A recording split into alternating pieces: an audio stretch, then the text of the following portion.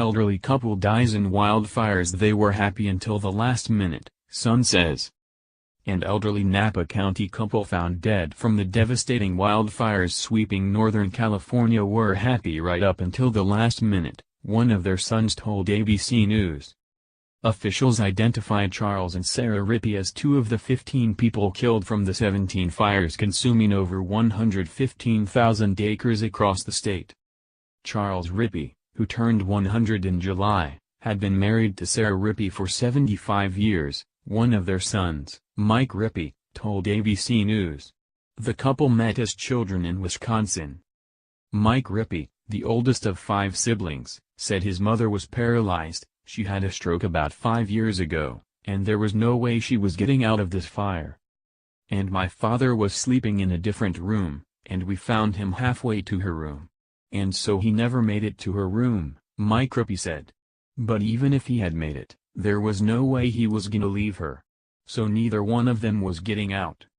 His brother Chuck Rippey said he got a call about the house being engulfed in flames, so he drove over, reaching the house a few hours after the blaze.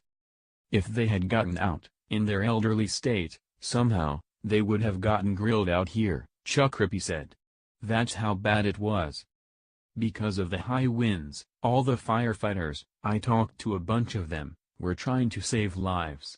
Trying to evacuate people. And it wasn't an easy job because there were several 8-foot in diameter trees that were across the road right here, so people couldn't come down. There was only one access, he said.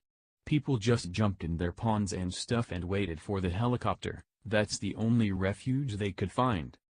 I would have thought getting in the pool, he said, but all the tile is melted off the faces of the pool.